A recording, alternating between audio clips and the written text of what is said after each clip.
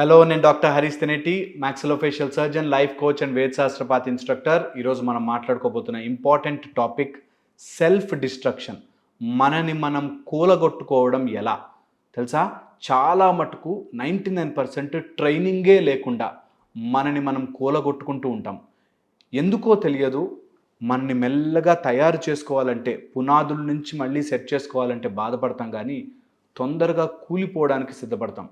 ఇంత body structure, ఇంత తెలివితేటలు ఉన్న హ్యూమన్ బీయింగ్ చిన్న చిన్న జంతువులతో కూడా కంపేర్ చేసుకోలేనని హీనమైన పనులు చేస్తున్నారు అంటే ఎందుకు అలా అవుతుంది అంటే just because of self destructive behaviour అంటారు. తనని తాను మనిషి చంపేసుకుంటూ కూల్చేసుకుంటూ ఉంటాడు. ఎలాగా అన్నది అందరూ ఆలోచిస్తే చాలాసేపు తెలిసిపోతుంది, కానీ ఆ ఆలోచన చెయ్యడు. ఆ ఆలోచనకి తగ్గ లాజిక్ ఒకటి అడ్డు పెట్టుకుని దానివల్ల నేను ఇలా చేశాను అంటాడు. కరుడుగట్టిన నేరస్తులు కూడా జైల్లో ఉన్నప్పుడు, లేకపోతే పెద్ద పెద్ద తీహార్ జైలు లాంటివి, లేకపోతే పెద్ద పెద్ద క్రిమినల్స్ ఉండే జైళ్ళకి వెళ్ళి వాళ్ళని ఇంటర్వ్యూ చేసినప్పుడు కూడా ఇదే చెప్తారు. నాకు సొసైటీ ఏం చేసింది, లేకపోతే వాడు అట్లా చేశాడు కాబట్టి వాడిని చంపేశాను. ఇలాగా తనని తాను కూల్చుకోవడానికి ఒక సిల్లీ రీజన్ చెప్పుకొని జీవితాన్ని గడిపేవాళ్ళు చాలా ఉంటారు. చిన్నెస్ట్ పని చేసేవాళ్ళు కూడా, లేబర్ నుంచి మొదలుపెట్టి పెద్ద పెద్ద ఉద్యోగాలు చేసేవాళ్ళు కూడా అందరూ చెప్పే మాట, నా కష్టం నీకేం తెలుసు, నాకున్న ప్రాబ్లమ్స్ గురించి నీకేం తెలుసు. ఇదే ప్రతి వాళ్ళు చెప్తారు, నాకుండే స్ట్రెస్ నీకేం తెలుసు. లారీ డ్రైవర్లతో ఒకసారి నేను ఇలాగ సరదాగా కలవడం జరిగింది. వాళ్ళు కూడా చెప్పింది, ఎందుకు పాన్లు గుట్కాలు తింటారు, బికాస్ నేను ఓరల్ సర్జన్, క్యాన్సర్స్ అవన్నీ చూస్తుంటాం కాబట్టి ఎందుకు ఇలాంటివి చేస్తారు, మీరు చేయకుండా ఉంటే బెటర్ కదా, పాన్ తిన, మాకుండే స్ట్రెస్ మీకేంటి సార్ అన్నారు. సీఈఓలతో కలిసాను ఒకసారి. సీఈఓల్లో కలిసినప్పుడు వాళ్ళు కూడా చెప్పారు, but tremendous stress, the amount of stress we undergo అంటారు వాళ్ళు. సో స్ట్రెస్ అనేది కామన్గా ఉన్నప్పటికీ ఎవరికి తగ్గట్టుగా వాళ్ళు నాకే ఎక్కువ స్ట్రెస్ ఉంది మీకు లేదు అనే ఫీలింగ్లో ఉంటారు. అండ్ ఇప్పుడు ఎవరైనా సజెషన్ చెప్తున్నాడు అనుకోండి, రెండు రకాలుగా తీసుకుంటారన్నమాట. ఒకటి, నీ పొజిషన్లో ఉంటే మేము ఇట్లాంటి మస్తు చెప్తాంలే బాబు అనేటట్టుగా, కానీ లేకపోతే వీడు కూడా చెప్పొచ్చాడే మాకు అని కానీ. సో చెప్పడంలో తెలుసుకోవడంలో తప్పు లేదు, కాకపోతే వీడు మాకు చెప్పేది ఏంటని ఒక బ్యాచ్, లేకపోతే ఆ పొజిషన్లో ఉంటే మేము కూడా చెప్తాను. నేను కోటీశ్వరుడు ఒకసారి లెక్చర్ ఇవ్వడానికి వచ్చాడు. కోట్లుంటే ఇట్లాంటి లెక్చర్లు మేము బాగా చెప్తాం బాబు అన్నాడు.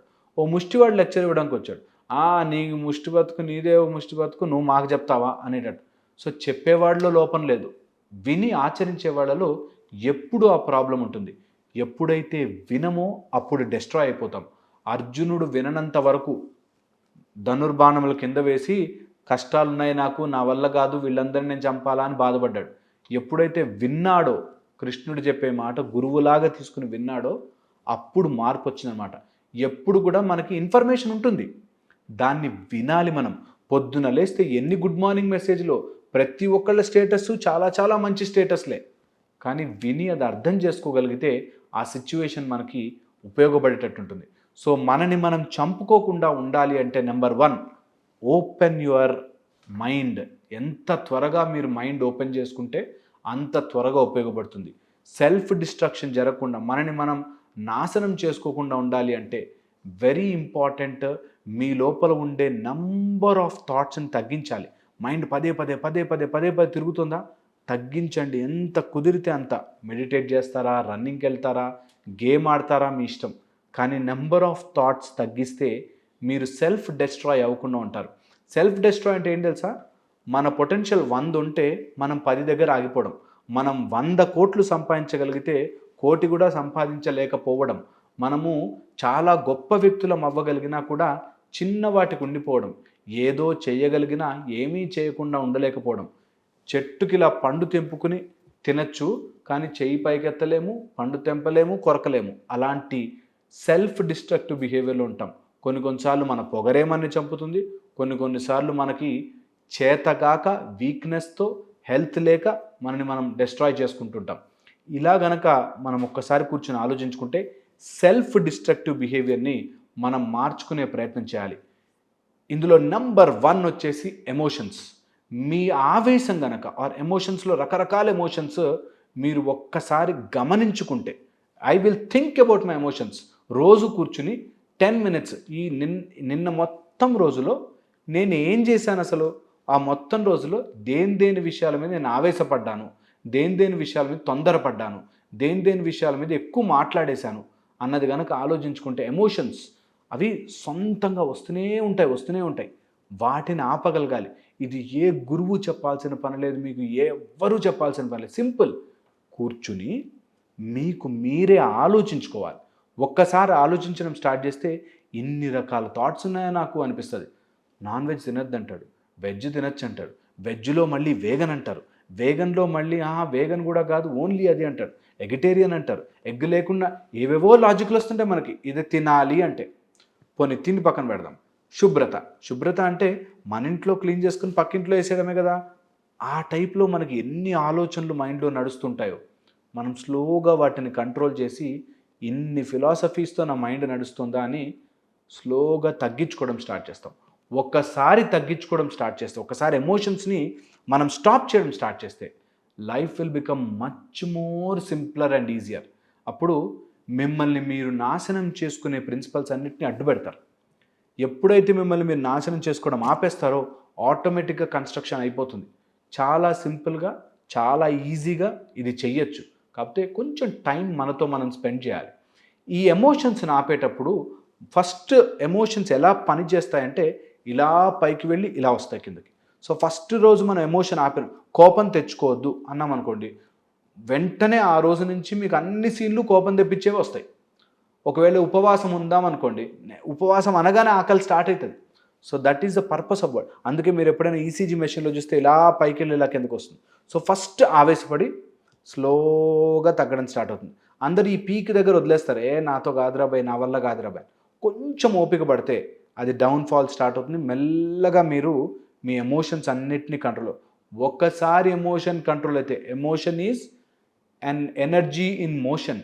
ఈ ఇన్ మోషన్ అంటారు. ఈ ఈజ్ ఎనర్జీ ఎక్కడికి మీరు మీ ఎమోషన్ పంపిస్తారో అక్కడ మీకు మీ ఎనర్జీ వెళ్తుంది. ఎక్కడైతే ఎనర్జీ వెళ్తుందో అక్కడికి అది వచ్చి తీరుతుంది. మీకు సపోజ్ మీ నాన్న అంటే కోపం, తాగేసి వస్తాడు రోజు, మా నాన్నని చూస్తే ఇరిటేషన్ అని అనుకోండి. రోజు మీరు అదే ఆలోచిస్తుంటే మీ నాన్న ఆ అలవాటు నుంచి ఎప్పటికీ బయటకు రాలేడు. Because it is your energy that is manifesting, because it is your energy that is going towards that. ఎప్పుడైతే పాపం ఎంత కష్టపడి ఉంటాడో లే అనే మైండ్ సెట్కి మార్చుకుంటారో స్లోగా ఆటోమేటిక్గా, ఇది ఒక రోజులో అవ్వదు. నేను అనుకున్నా ఈరోజు మా నాన్న మారిపోవాలని, ఏం మారలే అంటాడు. అలా ఒక రోజులో అవ్వదు. You send that positivity, think that positive energy and స్లోగా కనుక అది ఆలోచించగలిగితే మీకు మీరు నాశనం చేసుకోకుండా ఉంటారు. బికాజ్ మీ చుట్టుపక్కల పరిస్థితులు ఈ ఎనర్జీ వల్ల తయారవుతుంటాయి. సో అది వెరీ ఇంపార్టెంట్, గుర్తుపెట్టుకోవాలి. ఈ ఎనర్జీని ఎప్పుడైతే మనం ఈ మోషన్ ఆఫ్ ఎనర్జీని ఎక్కడైతే పెడతామో అదే మీ జీవితంలోకి వచ్చి తీరుతుంది. ఇది proved again and again and again and again. Okay, so self destruction పోవాలి అంటే నెంబర్ 1 ఇందాక చెప్పినట్టు addictions, second is emotions, and very very important మీకంటూ ఒక గోల్ అండ్ డెస్టినేషన్. ఇది కనుక పెట్టుకుంటే మీరు ఆగి చూడడం, వెనక్కి తిరిగి చూడడం, ఏమైనా అయిపోతుందేమో అని ఆలోచించడం ఉండదు.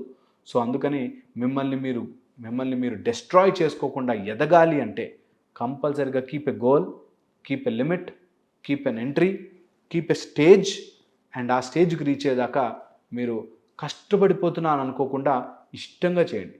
ఎప్పుడైతే మీరు దాన్ని టువర్డ్స్ ఇష్టంగా వెళ్తుంటారో ఆటోమేటిక్గా మీకు path will be clear, happiness ఇంకా మీ దగ్గరకు వస్తుంది, ఇంకా అలాంటి వాళ్ళు కలుస్తారు, ఇంకా హ్యాపీగా మారుతుంది. ఇది ఎవ్వరు చెప్పాల్సినది కాదు, ఇది ఎక్స్పీరియన్స్ చేయాలి. ఒక్కసారి మీరు ఇది అనుభవిస్తే మీరు వదలరు. నేను చెప్పింది కరెక్ట్ అంటారు. ఇంకేమైనా డౌట్స్ ఉంటే కంపల్సరీగా మెసేజ్ చేయండి. నేను doctor Harish Teneti, maxillofacial surgeon and life coach.